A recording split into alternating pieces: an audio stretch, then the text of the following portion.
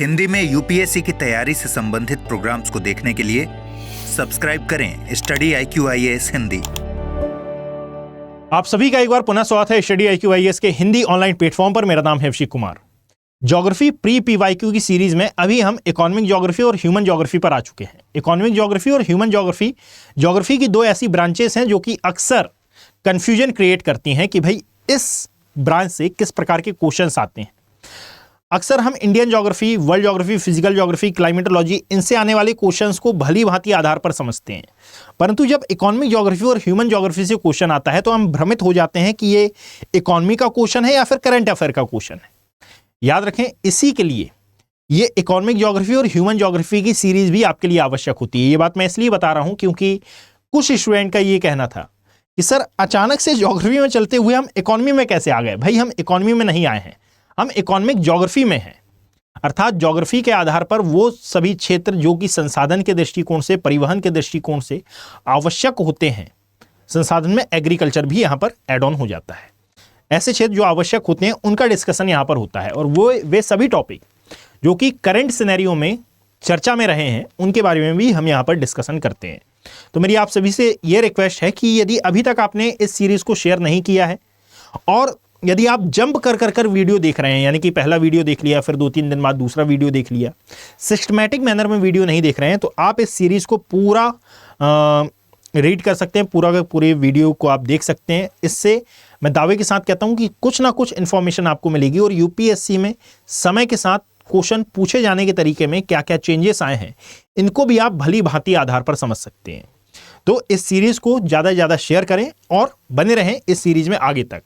इसके बाद हम नेक्स्ट ज्योग्राफी का पार्ट लेकर आएंगे। देखिएगा, यदि इसकी PDF आपको डाउनलोड करनी हो तो Abhishek Kumar geography Telegram channel है ये, यहाँ पर जाकर आप इसको डाउनलोड कर सकते हैं। आफ्टर अपलोडिंग दी वीडियो मैं यहाँ पर PDF अपलोड कर देता हूँ। ये है मेरे तमाम प्रकार की सोशल मीडिया प्लेटफॉर्म जहाँ पर आप मुझसे कनेक्ट हो सकते हैं। देखिएगा, आज के डिस्कशन का जो पहला क्वेश्चन है ये है दुर्लभ मृदा धातु पर, अर्थात यदि इंग्लिश में थोड़ा सा हम बात कर लें, रेयर अर्थ एलिमेंट पर यह क्वेश्चन है। हाल ही में तत्वों के एक वर्ग जिसमें रेयर अर्थ एलिमेंट इनको कहते हैं कि कम आपूर्ति पर चिंता जताई गई है, क्यों? देखो भाई, ये जो क्वेश्चन आया है ये करंट अफेयर पर भी आधारित है और थोड़ा सा इकोनॉमिक ज्योग्राफी पर भी आधारित है। तो करंट बेस्ड क्वेश्चन है ये। इसका आंसर यदि आज के संदर्भ में दिया जाए तो ये जो रेयर अर्थ एलिमेंट है इनका सबसे बड़ा प्रोड्यूसर आज के कंटेक्स्ट में चाइना है। ठीक है, सेकंड नंबर पर आता है USA। अब ये जो डेटा रिलीज किया गया है US के जियोलॉजिकल सर्वे के आधार पर किया गया है और साथ में ये जो इंटरनेशनल एनर्जी एजेंसी है उसके द्वारा ये डेटा रिलीज किया गया है। ठीक है, तो पहले नंबर पर आ जाता है चाइना और साथ ही साथ सेकंड नंबर पर आपको देखने के लिए मिलेगा US अर्थात यूनाइटेड स्टेट्स। ठीक है, तो चलिए एक बार हम देख लेते हैं। ये 2023 का डेटा है भाई, 2023 का। 2024 का एक बार एड ऑन आपको इसमें करना पड़ेगा। चीन जो इन तत्वों का सबसे बड़ा उत्पादक है, बिल्कुल सही है, ये पहले से भी था और आज भी ये है, द्वारा इनके निर्यात पर कुछ प्रतिबंध लगा दिया गया है, बिल्कुल सही है ये वाला। चीन, ऑस्ट्रेलिया, कनाडा और चिली को छोड़कर अन्य किसी भी देश में ये तत्व नहीं पाए जाते हैं। नहीं भाई, ये कहना अनुचित होगा क्योंकि रेयर अर्थ एलिमेंट, हम अभी उन रेयर अर्थ एलिमेंट की बात कर रहे हैं जो कि सर्वाधिक मात्रा में कहां पर पाए जाते हैं वर्ल्ड में, इसके संदर्भ में। नहीं तो रेयर अर्थ एलिमेंट को देखा जाए तो भारत का नाम भी इसमें आता है, परंतु भारत में मिलने वाले जो रेयर अर्थ एलिमेंट हैं ये बहुत ही कम मात्रा में प्राप्त होते हैं, इसीलिए ये जो सूची है इसमें भारत का नाम बहुत ज्यादा नीचे है। यहां पर देखा जाए तो चीन में भी मिलते हैं, ऑस्ट्रेलिया में भी मिलते हैं, कनाडा में भी मिलते हैं, चिली में भी मिलते हैं, साथ ही साथ ब्राजील में भी आपको देखने के लिए मिलेंगे और ब्राजील के अलावा ये आपको रूस में भी मौजूद दिखाई देते हैं। मतलब कि ये कहना केवल और केवल इन देशों में मिलते हैं ये गलत होगा, क्योंकि इसमें इन देशों के अलावा, ब्राजील और रूस के अलावा भी और भी कई देश इसमें शामिल हैं। भले ही परसेंटेज कम है परंतु प्राप्त तो होते हैं ना। नेक्स्ट, किसी दुर्लभ मृदा धातु विभिन्न प्रकार के इलेक्ट्रॉनिक सामानों के निर्माण में आवश्यक हैं। इन तत्वों की मांग बढ़ती जा रही है, बिल्कुल कंटिन्यूअसली इनकी मांग बढ़ रही है। अब ऐसा नहीं है कि केवल और केवल इलेक्ट्रॉनिक सामानों में ही इसका प्रयोग होता है, अपितु कई और कंटेक्स्ट में आप इसका प्रयोग करते हैं। जैसे कि भारत के संदर्भ में यदि मैं बात करता हूं तो भारत के संदर्भ में जब आप इसको देखते हैं तो भाई यह है हमारा भारत वाला मैप। यहां पर आता है उत्तराखंड वाला सेक्शन, दैट इज सिक्किम, और यहां पर आप देखेंगे कि यह है नॉर्थ ईस्ट इंडिया वाला पोर्शन। यहाँ पर ये पूरा भारत, यानी कि इसकी आवश्यकता नहीं है हमको, हमें केवल और केवल दक्षिण भारत की आवश्यकता है। एक काम करता हूँ, मैं इसको रब करता हूँ, केवल दक्षिण भारत की मैं बात करता हूँ। तो जब आप दक्षिण भारत को देखेंगे तो एक्चुअली दक्षिण भारत वाले पोर्शन में आप पाएंगे कि यहाँ पर सेतु समुद्रम है। सेतु समुद्रम के आसपास वाले एरिया में, अर्थात जो राम सेतु है, यहाँ पर भी आपको मोनोजाइट रेत देखने के लिए मिलेगी। और इस मोनोजाइट रेत में कहा जाता है कि यूरेनियम के भंडार हैं, और ये स्वयं ही एक प्रकार का रेयर अर्थ एलिमेंट में काउंट किया जाता है। और इसी के लिए यूएसए ने तक बोली लगाई थी कि भाई यहाँ पर ये जो सेतु समुद्रम प्रोजेक्ट चल रहा है, अर्थात भारत के पश्चिमी तट और पूर्वी तट को मिलाने के लिए, ये जो दूरी है इसको कम करने के लिए, ओवरकम करने के लिए हमने यहाँ पर एक प्रोजेक्ट चलाया था सेतु समुद्रम, जिसके आधार पर हम पश्चिमी घाट पर्वत को पूर्वी घाट पर्वत से इस प्रकार जोड़ सकते थे कि पहले जो श्रीलंका के नीचे से हमको होकर जाना होता था, अब इतना ज़्यादा ट्रैवल नहीं करना पड़ेगा, और हम श्रीलंका और भारत के बीच में ये जो छोटा सा पाक जल संधि वाला एरिया है, इसके ऊपर से जहाज निकालकर डायरेक्टली पूर्वी तटीय क्षेत्र में पहुंच सकते हैं। ये पहुंच पाना इसलिए पॉसिबल नहीं था क्योंकि यहां पर राम सेतु, जो कि बहुत ही आस्था का विषय था, इसको खतरा था, और इसीलिए सुप्रीम कोर्ट ने इस पर स्टे लगा दिया था। अब जब ये बात कही गई कि भाई ऐसे किस प्रकार से ऐसे प्रोजेक्ट का निर्माण किया जाए, या फिर इस प्रोजेक्ट को किस प्रकार से क्रियान्वित किया जाए कि ये राम सेतु, इसको आदम का पुल या फिर एडम्स ब्रिज के नाम से भी जानते हैं, ना ही इसको खतरा हो, यानी कि ये भी क्षतिपूर्ति से बच जाए, और साथ ही साथ ये सेतु समुद्रम प्रोजेक्ट भी सफल हो जाए। इसके लिए भारत सरकार ने विश्व की कई कंपनीज को इन्वाइट किया था, और यहां पर यूएसए, जो कि विश्व में अपना कचरा फैलाने के लिए कुख्यात माना जाता है, वो आया और उन्होंने बोला कि मैं आपके लिए ये जो सेतु समुद्रम प्रोजेक्ट है ये फ्री ऑफ कॉस्ट बनाऊंगा, बदले में एक शर्त है कि यहां से निकलने वाली जो मोनोजाइट सैंड है, अर्थात जो रेत है, इसको मैं अपने साथ लेकर जाऊंगा।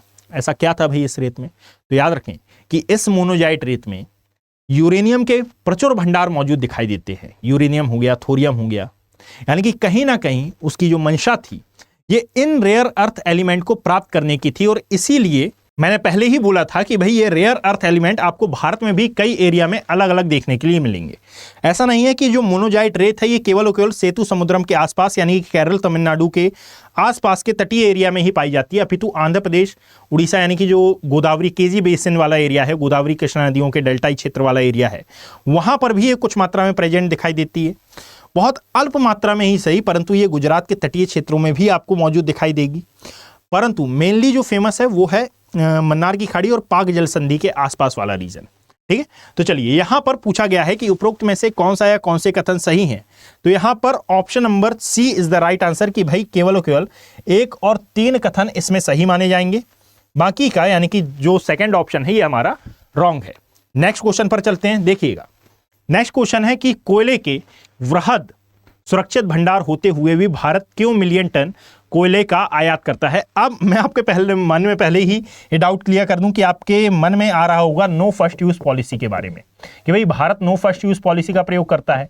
ये गलत नहीं है, परंतु याद रखो कि पहले आप ऑप्शन पढ़ लो कि भाई ये नो फर्स्ट यूज पॉलिसी के बारे में इन्होंने बोला है या फिर नहीं बोला है, और बोला है तो किस कंटेक्स्ट में बोला है। ये भारत की यह नीति है कि वह अपने कोयले के भंडार को भविष्य के लिए सुरक्षित रखे और वर्तमान उपयोग के लिए इसे अन्य देशों से आयात करे। तो याद रखो कि भाई हम जानते हैं कि नो फर्स्ट यूज पॉलिसी का प्रयोग कर रहा है भारत, परंतु जब भी बहस होती है तो ये ऐसा है कि उचित नहीं माना जाता है। इसलिए भारत की साइड से ये कोई ऑफिशियल डिक्लेरेशन नहीं है कि Bharat no first use policy का प्रयोग करता है, अपितु भारत को बाहर से खरीदना है इसलिए वो खरीद रहा है। और इसका तर्क ये है कि भाई भारत में जो कोकिंग कोयला है इसके भंडार बहुत ही कम है।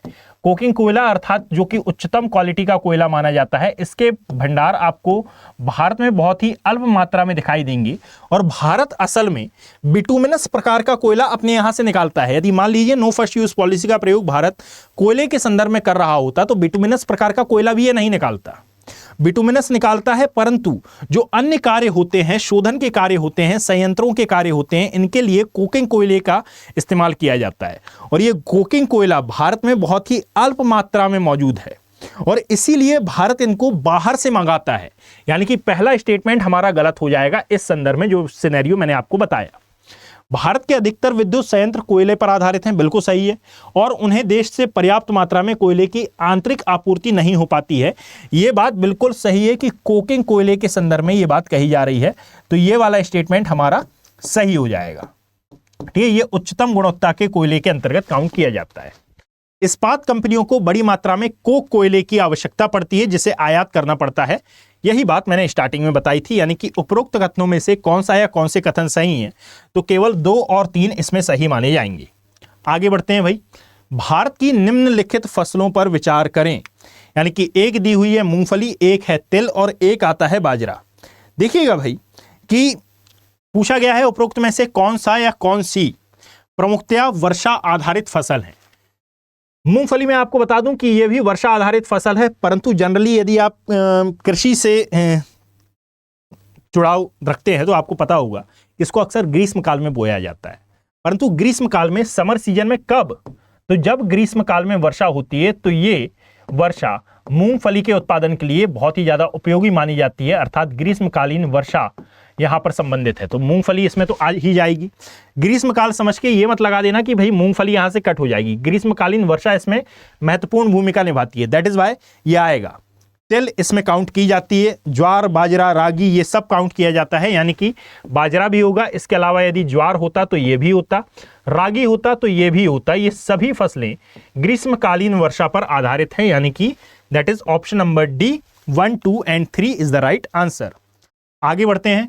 निम्नलिखित राज्यों में से किस राज्य में ऐसी सर्वोपयुक्त जलवायु विषयक स्थितियां उपलब्ध हैं जिसमें न्यूनतम लागत से ऑर्किड, ऑर्किड क्या है यहां पर मैं आपको बता दूं कि इंग्लिश में इसकी स्पेलिंग होती है ORCHID, ऑर्चिड नहीं पढ़ते हैं इसको, ऑर्किड पढ़ते हैं। ऑर्किड एक प्रकार का सुगंधित पुष्प माना जाता है। ठीक है, जब आप इसको गूगल सर्च करेंगे, सिंपली एक गूगल सर्च में ये आ जाएगा, तो बहुत ही ज्यादा सुगंधित ये पुष्प है, सुंदर भी दिखाई देता है, साज सज्जा में इसका प्रयोग किया जाता है, अलग अलग प्रकार के इसके उपयोग हैं। ऑर्किड की विभिन्न किस्मों की खेती हो सकती है और वह इस क्षेत्र में निर्यात उन्मुख उद्योग विकसित कर सकता है। तो भाई ऑर्किड के बारे में आपको याद रखना है कि ये उष्णकटिबंधीय जलवायु वाले क्षेत्रों में उगता है, और उष्णकटिबंधीय जलवायु वाले क्षेत्रों में उगने के साथ ही भारत के एक विशेष क्षेत्र में, अर्थात जिसको हम पूर्वोत्तर भारत के नाम से जानते हैं, उन राज्यों में ये मेनली आपको देखने के लिए मिलेगा। और पूर्वोत्तर राज्यों में भी तमाम, सभी राज्यों में नहीं, 2 राज्यों में, एक तो आता है अरुणाचल प्रदेश और एक आता है इसके अलावा आसाम। ठीक है, तो यहां पर चाहे अरुणाचल प्रदेश हो और आसाम हो तो दोनों ही सही होंगे। आंध्र प्रदेश में ये नहीं होता, मध्य प्रदेश में ये नहीं होता, उत्तर प्रदेश में नहीं होता, ऐसा नहीं है कि नहीं होता, परंतु जरा आप यहां पर देख लें कि निर्यात उन्मुख उद्योग स्थापित करने के लिए क्या ये उपयुक्त माना गया है। नहीं तो आप कई बार ये कमेंट करने लगेंगे कि सर यूपी में तो हमने सुना है, पर यूपी में उतने वृहद लेवल पर थोड़े ना होगा, एमपी में होता है पर उतने वृहद लेवल पर थोड़े ना होता है कि हम इसको निर्यात कर सकें। निर्यात उन्मुख नहीं बना सकते ना इसमें। क्वेश्चन को जरा ध्यान से पढ़ना, ठीक है, क्वेश्चन है 2011 का। अब ऐसी कोई लिस्ट आ जाए कि भाई वो बोलें कि अचानक से एमपी जो राज्य है ये अचानक से उत्पादन करने लगा है ऑर्किड का बहुत ज्यादा, और इतना ज्यादा उत्पादन कर रहा है कि इसको अदर देशों में भी भेज रहा है, अलग अलग प्रकार के प्रोडक्ट बनाए जा रहे हैं इससे, तो फिर क्वेश्चन का जो आंसर ये चेंज हो जाएगा। 2011 के अकॉर्डिंगली ये है, वर्तमान समय में भी यही है। ठीक है, परंतु यदि मान लो कोई लिस्ट आ जाए और कुछ ऐसा अमूल चूर्ण परिवर्तन हो जाए कि एमपी नंबर 1 आ जाता है, या फिर मान लीजिए अरुणाचल प्रदेश और आसाम के अलावा कोई और राज्य यहां पर अपनी भूमिका निभाने लगता है, तो फिर वो बात अलग हो जाएगी। अभी ऐसा कुछ भी नहीं है, करंट सिनेरियो में भी यही है, अरुणाचल प्रदेश और आसाम। ठीक है, यानी कि मैं सभी क्वेश्चन को करंट सिनेरियो से जोड़कर ही कवर करा रहा हूं। आगे चलते हैं। तेल की वैश्विक कीमतों के संदर्भ में ब्रेंट कच्चे तेल, ब्रेंट क्रूड ऑयल क्या होता है, तो इसी से बनाया जाता है आपका डीजल, और साथ में जो गैसोलीन होता है ये इसी से बनाए जाते हैं भाई, डीजल और गैसोलीन। क्रूड ऑयल के बारे में तो आपने बहुत बार सुना होगा, ये शायद ब्रेंट के बारे में आप पहली बार सुन रहे होंगे। ये चर्चा में रहा था 2011 के आसपास, अभी 2022 में भी ये चर्चा में रहा था। का समाचारों में प्रायः उल्लेख होता है, इस पद का क्या अभिप्राय है। तो देखो, यह कच्चे तेल का एक प्रमुख अभिप्राय है, बिल्कुल सही है। उत्तरी सागर से ये लगता है, उत्तरी सागर में भी किन देशों से लगता है, तो भाई एक तो आ जाता है यहां पर यूके अर्थात उत्तराखंड नहीं, जिसको हम यूनाइटेड किंगडम का नाम देते हैं, वह इसमें जो नॉर्वे वाला एरिया है ये काउंट किया जाता है, यानी कि यूके और नॉर्वे के समीप जो उत्तर सागर वाला एरिया है वहां पर यह प्राप्त होगा। और ये सल्फर मुक्त होता है क्या? नहीं, सल्फर मुक्त नहीं होता है, याद रखिएगा कि ये सल्फर युक्त होता है। और चूंकि ये सल्फर युक्त होता है इसीलिए बच्चे आप देखेंगे कि इससे हाई क्वालिटी का डीजल और साथ में अन्य जो ईंधन है उनका निर्माण किया जाता है, ठीक है, हाई क्वालिटी के। तो सल्फर की महत्वपूर्ण भूमिका रहती है। तो ये कहना कि भाई ये सल्फर मुक्त होता है अनुचित होगा, और इसी के आधार पर उपरोक्त में से कौन से कथन सही है की बात हुई है। तो 1 और 2 कथन हमारे सही निकल के आते हैं, यानी कि option number B is the right answer हमारा माना जाएगा। आगे बढ़ते हैं। भारत की गिनती जनांकिकीय लाभांश यानी कि डेमोग्राफिक डिविडेंड, क्या मतलब होता है इसका? तो भाई कुल जनसंख्या में से कितनी जनसंख्या आपकी वर्किंग है। मान लेते हैं भारत को एक युवा देश कहा जाता है, शायद आपको पता होगा, भारत को एक युवा देश कहा जाता है। कारण क्या है कि भारत में जो वर्किंग पॉपुलेशन है, जो कामकाजी जनसंख्या है, ये ज्यादा है। वर्किंग पॉपुलेशन या फिर वर्किंग जनसंख्या का क्या अभिप्राय है, ये भी एक प्रश्न उठता है। तो वर्किंग पॉपुलेशन में आप देखेंगे कि 15 वर्ष से लेकर 65 वर्ष तक की आयु वर्ग के सभी लोगों को शामिल किया जाता है, यानी कि ये किसी ना किसी रूप से भारत की राष्ट्रीय आय, भारत की जो जीडीपी है, इसमें कहीं ना कहीं अपना इन्वॉल्वमेंट प्रस्तुत कर रहे हैं। और इसीलिए शायद आपको ज्ञात भी होगा कि भाई रिटायरमेंट की आयु हमने 62 वर्ष कई जगह पर रखी है, कई जगह पर 63 वर्ष है, कई जगह पर 65 वर्ष ये आयु है। कारण क्या है कि हम इस आयु तक मानते हैं कि जो व्यक्ति है ये कामकाजी होता है, यानी कि ये इसके कार्य करने की आयु है। भारत में इस आयु वर्ग के लोग बहुत ज्यादा हैं, और इसीलिए कहा जाता है कि भारत के पास जनांकिकीय लाभांश यानी कि डेमोग्राफिक डिविडेंड है, ठीक है। तो यहां पर क्या बोला गया है कि भारत की जो गिनती है ये जनांकिकीय लाभांश वाले देश के रूप में की जाती है। ऐसा इसलिए है क्योंकि पहला स्टेटमेंट 15 वर्ष से कम आयु वर्ग की जनसंख्या अधिक है। नहीं भाई, ये नहीं होगा, क्योंकि यदि ये होता तो भाई हम ये मान लेते हैं कि भारत में जो शिशु वर्ग है इसकी पॉपुलेशन ज्यादा है, परंतु ऐसा तो कुछ नहीं है, हम युवा देश में काउंट हो रहे हैं। 15 से 64 वर्ष आयु वर्ग की जनसंख्या अधिक है। स्टेटमेंट सही है, परंतु इसका मतलब ये नहीं है यूपीएससी का एग्जाम आप दे रहे हैं तो आगे के स्टेटमेंट भी आप पढ़ ले, ठीक है। तो आगे की भी हम एक बार देख लेते हैं। यहां 65 वर्ष से अधिक आयु वर्ग की जनसंख्या अधिक है। भाई डिविडेंड बोला है, डिपेंडेंट नहीं बोला, ठीक है। डिपेंडेंट बोलता तो फिर बात कुछ और होती। यहां की कुल जनसंख्या अधिक है, कुल जनसंख्या अधिक होने का कोई अभिप्राय नहीं है। यहां पर जनसंख्या डिविडेंड यानी कि जनांकिकीय लाभांश या फिर डेमोग्राफिक डिविडेंड की बात की गई है, इसलिए option number B is the right answer. यदि आप यूपीएससी के एस्पिरेंट हैं और साथ ही साथ आप स्टडी IQ IAS हिंदी के किसी भी बैच से जुड़ना चाहते हैं तो आज शाम 19 फरवरी है ना, 19 फरवरी सुबह 8 बजे, क्षमा करिएगा, सुबह 8 बजे से क्लासेस प्रारंभ हो चुकी हैं। यदि आप इन बैचेस का पार्ट बनना चाहते हैं तो अभी भी आप इन बैचेस का पार्ट बन सकते हैं। आज सुबह 8 बजे से ओरिएंटेशन की क्लास थी, यानी कि यहां पर आपको केवल और केवल यूपीएससी के बारे में नॉलेज दिया गया है कि भाई यूपीएससी क्या है, यूपीएससी में आपको तैयारी कैसे करनी है, आगामी जो क्लासेस होंगी ये आपकी कैसे चलेंगी, एप्लीकेशन का यूज़ कैसे करना है, ये तमाम प्रकार की अभी जानकारी इसमें दी गई थी। यानी कि अभी ये बिल्कुल फ्रेश बैचेस हैं। यदि आप इनका पार्ट बनना चाहते हैं तो स्टडी IQ IAS हिंदी के ऑफिशियल प्लेटफॉर्म पर जाकर या फिर नीचे कमेंट सेक्शन में जो लिंक है वहां पर जाकर आप देखेंगे तो स्टोर में आपको संपूर्ण बैचेस दिखाई देंगे, या फिर डायरेक्ट डिस्क्रिप्शन में जाइए और वहां पर लिंक पर क्लिक करके आप डायरेक्टली बैच के होम पेज पर पहुंचेंगे। वहां बाय नाउ का ऑप्शन आएगा। बाय नाउ के ऑप्शन पर जब आप क्लिक करेंगे तो नीचे ही आपको देखने के लिए मिलेगा यूज कोड का ऑप्शन। यूज कोड में जब आप AKV लाइव कोड का यूज करेंगे तो AKV लाइव कोड के साथ आपको मैक्सिमम डिस्काउंट और साथ में अन्य प्रकार की जो अतिरिक्त सुविधाएं हैं ये मुहैया कराई जाएंगी। याद रखिएगा कि इन बैचेस को आप 3 प्रकार से ज्वाइन कर सकते हैं। पहले जो बैचेस हैं ये हैं सिल्वर बैचेस, जिनका प्राइस मैंने सामने मेंशन कर रखा है, अर्थात 9,999 रुपए। ये मैक्सिमम डिस्काउंट के साथ प्राइस है AKV लाइव कोड का यूज करने पर।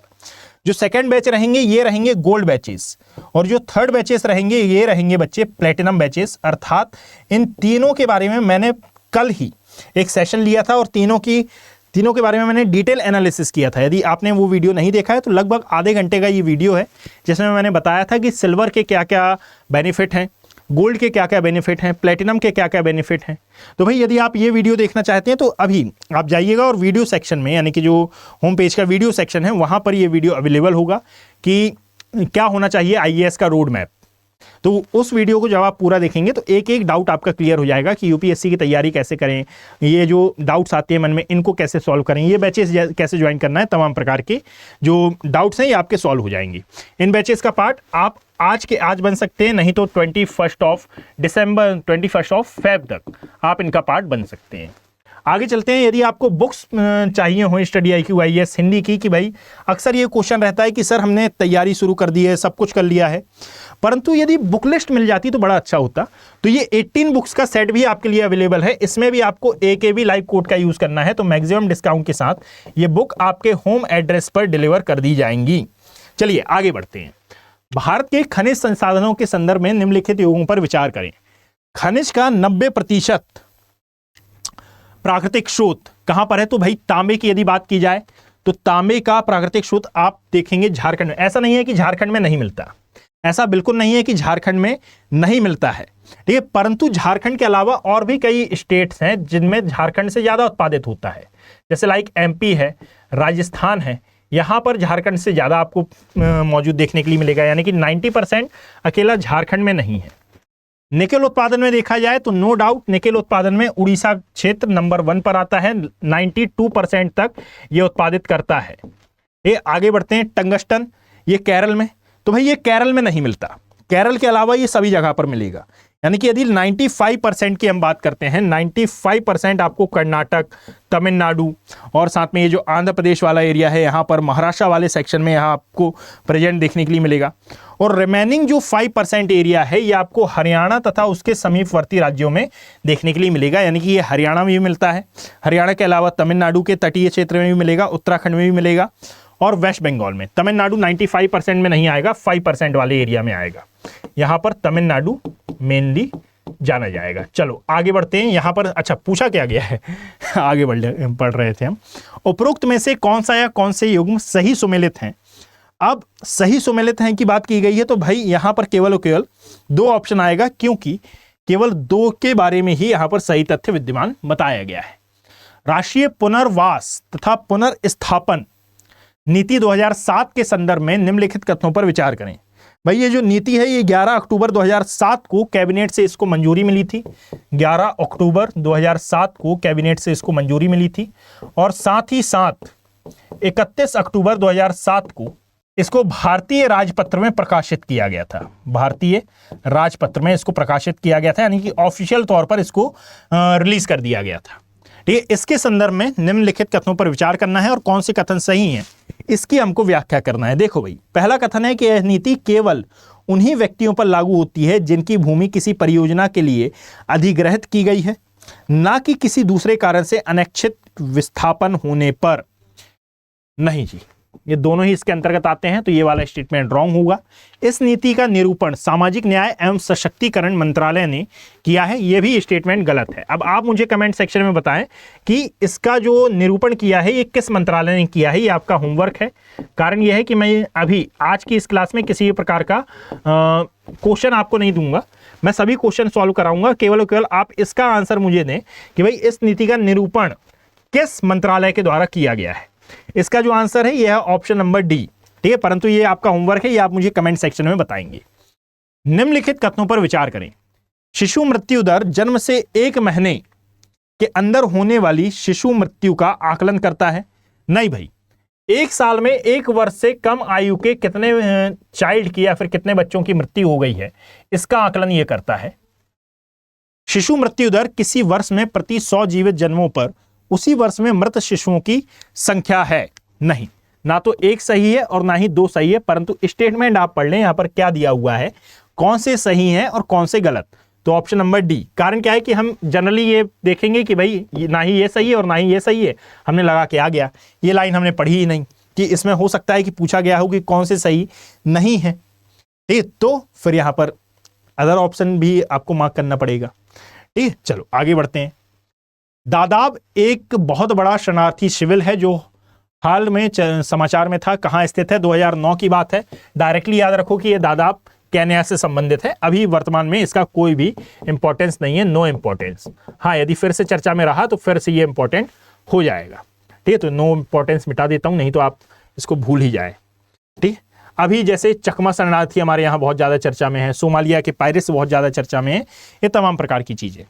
भारतीय भाषाओं में हिंदी के बाद भारत में सबसे अधिक कौन सी भाषा बोली जाती है? भाई वन लाइन फैक्ट का ये क्वेश्चन है, बंगाली भाषा सबसे ज़्यादा बोली जाती है। निम्नलिखित में से किस नदी से ओंकारेश्वर परियोजना संबंधित है? आप बताएंगे, मैं बताता हूं, बताइए। चंबल नदी, नर्मदा नदी, तापी नदी, भीम नदी। ठीक है, अक्सर लोग कंफ्यूज होते हैं कि ओमकारेश्वर तापी नदी से संबंधित है। नहीं, नर्मदा नदी से ही संबंधित है भाई, नर्मदा रिवर इसमें महत्वपूर्ण आएगी। निम्नलिखित कथनों पर विचार करें। चिकमंगलूर चीनी उत्पादन के लिए प्रसिद्ध है। भाई चिकमंगलूर आता कहां पर है? पहले मैं बता दूं आपको कि ये जो चिकमंगलूर है ये आपको मौजूद दिखाई देता है कर्नाटक राज्य में।